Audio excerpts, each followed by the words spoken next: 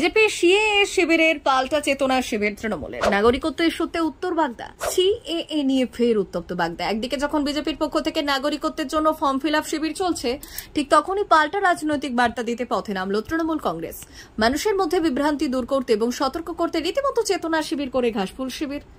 এসছি যে আমাদের মমতা ব্যানার্জি নিঃস্বার্থভাবে নাগরিকত্ব দেবে, আমাদের কোনো শর্ত থাকবে না। ঘটনাটি ঘটেছে উত্তর 24 পরগনার বাগদা ব্লকের কোনিয়ারা 2 নম্বর গ্রাম পঞ্চায়েতে চুয়াটিয়া বাজার এলাকায়। বৃহস্পতিবার সেখানে নাগরিকত্বের জন্য আবেদন ফর্ম পূরণের একটি শিবিরের আয়োজন করা হয়। এই শিবিরের উদ্যোক্তা ছিলেন বাগদা পঞ্চায়েত সমিতির বিজেপির বিরোধী দলনেতা সৌরভ গোয়ালি।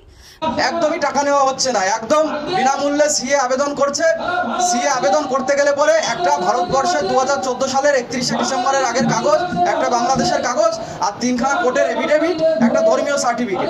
এবার 3খানা কোর্টের এফিডেভিট, কোর্টে যে খরচা সেই শুল্কটা তাদের বহন করতে হচ্ছে, এবং অনলাইনে গভর্নমেন্ট 50 টাকা চার্জ কাটছে, সেটা মোটামুটি তাদের বহন করতে হচ্ছে। অ্যাকচুয়ালি তৃণমূল কংগ্রেস চাই না যে ধান আর চালটা আলাদা হোক। যদি ধান আর চাল আলাদা হয়ে যায় তাহলে ওই 17 লক্ষ যে মুসলিম এই পশ্চিমবঙ্গে, তাদেরকে পুশব্যাক করা হবে ওই দেশে। গ্রামবাসীদের একাংশ সেই শিবিরে এসে সিএএ আবেদন ফর্ম পূরণও করেন। এই পরিপ্রেক্ষিতে রবিবার ওই একই এলাকায় পাল্টা শিবিরের আয়োজন করে তৃণমূল কংগ্রেস। দলীয় নেতৃত্বের দাবি, সাধারণ মানুষকে ভুল বোঝানো হচ্ছে। যাদের ভোটার কার্ড, রেশন কার্ড আছে, যারা এই দেশের নাগরিক হিসেবে ভোট দিয়ে জনপ্রতিনিধি তৈরি করছে, তাদের আবার নতুন করে নাগরিকত্ব দেওয়ার দরকার নেই।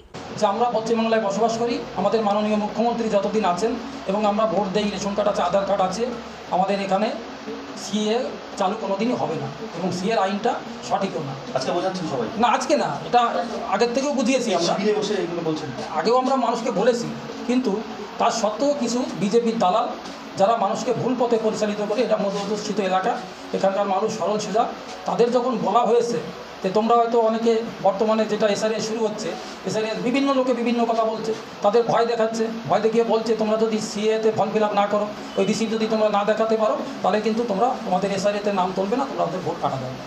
বিজেপি মিথ্যে প্রচার চালিয়ে মানুষকে বিভ্রান্ত করছে বলে অভিযোগ। শুধু অভিযোগেই থেমে থাকেননি তৃণমূল। শিবিরের পাশাপাশি এদিন চুয়াটিয়া বাজার এলাকায় একটি পথসভাও করে দল। সেখানে মানুষকে সিএএ ও এনআরসি সংক্রান্ত নানা দিক দিয়ে সচেতন করা হয়।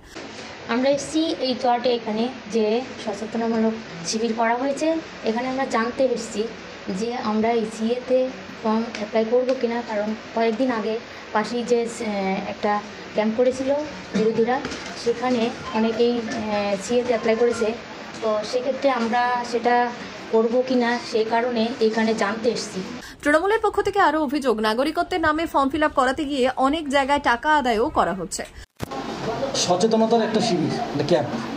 এখানে বেশ কিছু বিজেপির নেতৃত্বরা সাধারণ মানুষদেরকে ভুল বুঝিয়ে তাদেরকে সিএতে ফর্ম ফিল আপ করছে, আবেদন করাচ্ছে। ভুল পথে যদি বলা যায়, তাদেরকে একটা বেনাগরিক বানানোর একটা চক্রান্ত, মানে বেনাগরিক হয়ে যাবে।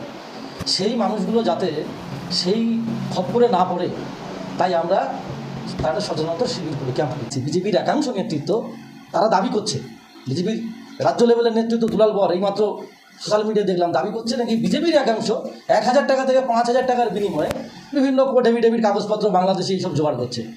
এটা আমাদের কাছে একটা তাজ্জব লাগছে যে তাদের মধ্যে যদি এরকম চক্রান্ত হয়, তারাই যদি আমার মার্কেটে বলে, এটাই আমরা পাবলিকদের বোঝাচ্ছি যে এসব ফাঁদে পা দেওয়া যাবে না। তৃণমূলের এই চেতনা শিবিরে এদিন এলাকার বহু বাসিন্দা যোগ দেন। তাদের মধ্যে অনেকেই বলেন, চারপাশে দেখছি অনেকে ফর্ম পূরণ করছে, তাই আমরাও বিভ্রান্ত হয়ে পড়েছিলাম। তবে তৃণমূলের শিবিরে এসে অনেক কিছু বুঝতে পেরেছি, এখন নিশ্চিন্ত। আমরা এখানে এসেছি জানতে যে এটা কি সত্যি না মিথ্যে, তাই এসে শুনলাম এটা সত্যি, টাকা নিয়ে ওরা ফর্ম ফিল আপ করছে। ভয়ে আমরা জানতে এখানে এসেছি, জানলাম যে এটা সত্যি না।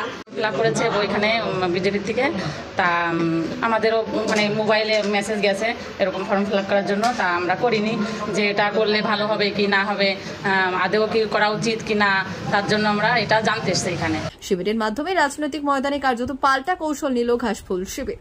অন্যদিকে এই উদ্যোগ নিয়ে কটাক্ষ করতে ছাড়েননি বিজেপির সৌরভ গোয়ালি। তিনি কি বলছেন শুনুন। অ্যাকচুয়ালি তৃণমূল কংগ্রেস চাই না যে ধান আর চালটা আলাদা হোক। যদি ধান আর চাল আলাদা হয়ে যায় তাহলে ওই 17 লক্ষ যে মুসলিম এই পশ্চিমবঙ্গে, তাদেরকে পুশব্যাক করা হবে ওই দেশে। তাদের রাজনৈতিক অবস্থা একদম শোচনীয় হয়ে যাবে। তাই তারা চাইছে না যে পশ্চিমবাংলায় যারা শরণার্থী, তারা বৈধ নাগরিকত্ব পাক।